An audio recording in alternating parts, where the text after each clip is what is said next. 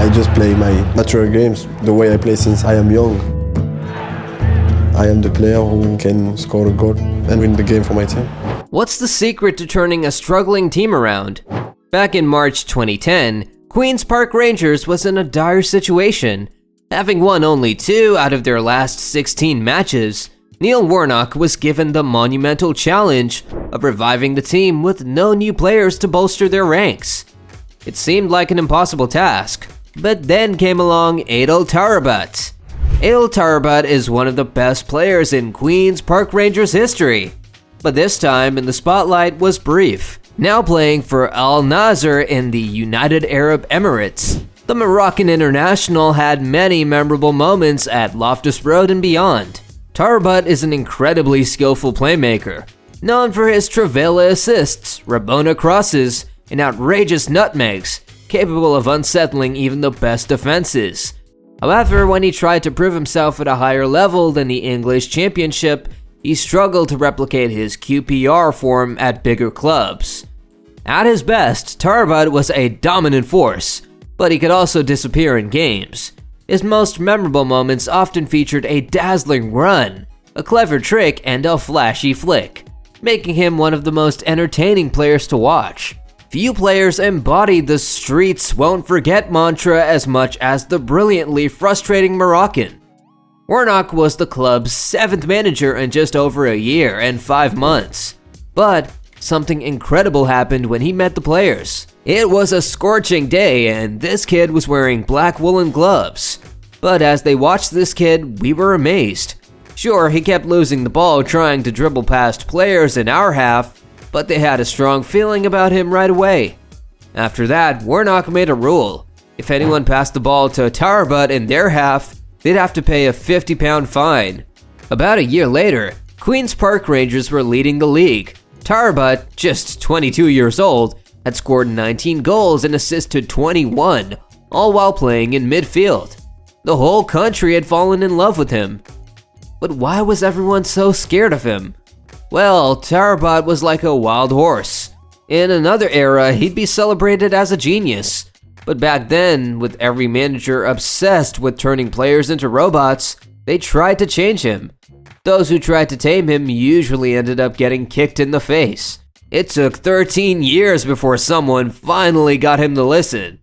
He'd learned everything on the streets. By age 17, people were calling him the next Zidane and comparing him to Ronaldinho. He only played for 3 minutes in the French league before his first club was flooded with offers and practically forced to sell him.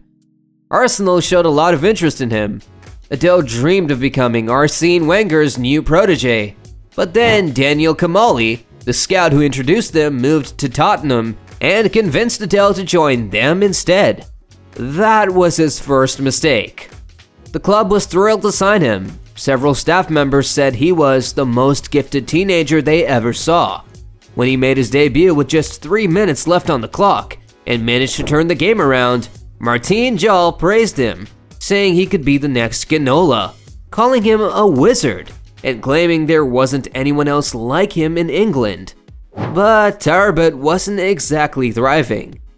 Despite all the compliments, the club didn't bother to support him in his personal life.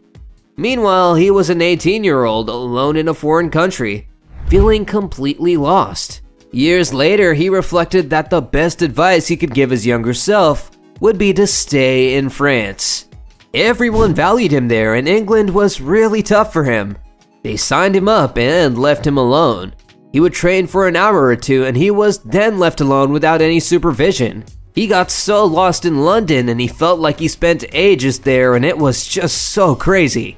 Things kept getting worse until Juan de Ramos came to the club and decided to shake things up, banning several players from first-team training and not even giving them squad numbers. Most of those players ended up leaving the club.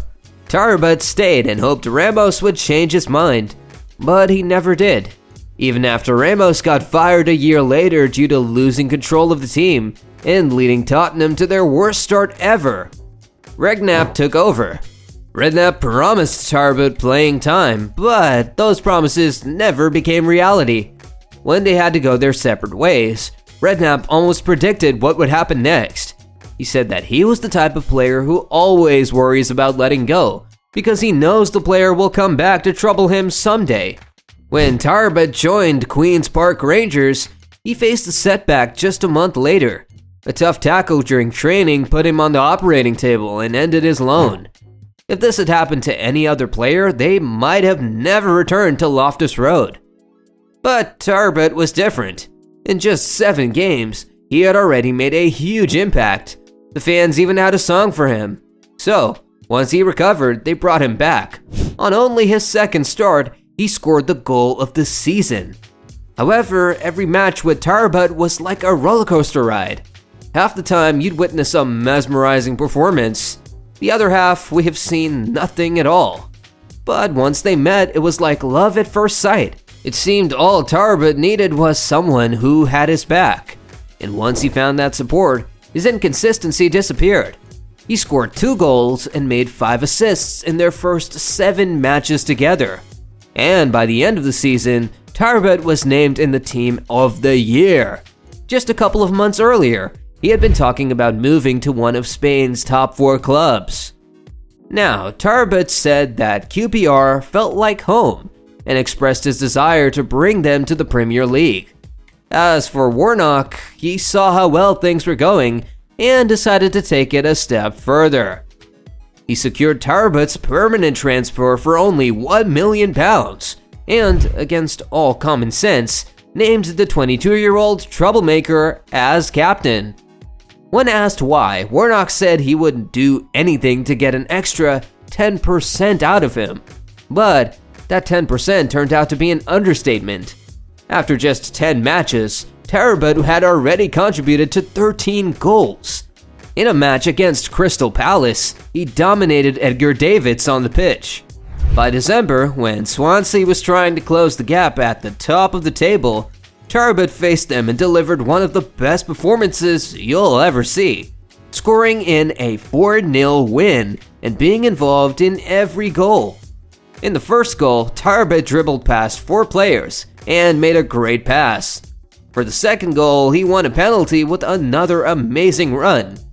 The other 2 goals were incredible, scoring from an impossible angle for the first and then netting one of the greatest goals ever for the second. The fans at Loftus Road started singing, "Taarabt is too good for you," and even Warnock couldn't believe it as he held his hands to his head in shock. However, after all the craziness, the club started to doubt whether Warnock's approach was the best. They began by giving their Player of the Season award to Paddy Kenny instead of Taarabt. This led Taarabt to rant about how impossible it was for anyone to think Kenny was better and accused the club of trying to send him a message. But little did he know, things were about to get worse. He said he was supposed to be the centerpiece of the project, Qatar's first recruit for PSG. But then he claimed that Leonardo, the new sporting director, turned everyone against him. Taarabt said, "Leonardo was always cold towards me. He kept saying that £12 million was too much for a player from the Championship." Despite this, the Sheikh himself came to London to reassure Taarabt that he would sign for PSG. So Taarabt told QPR he was leaving, even though he was their captain. Do you think he will grow up to be the best player in history? Do let us know in the comments below. Don't forget to hit like and subscribe.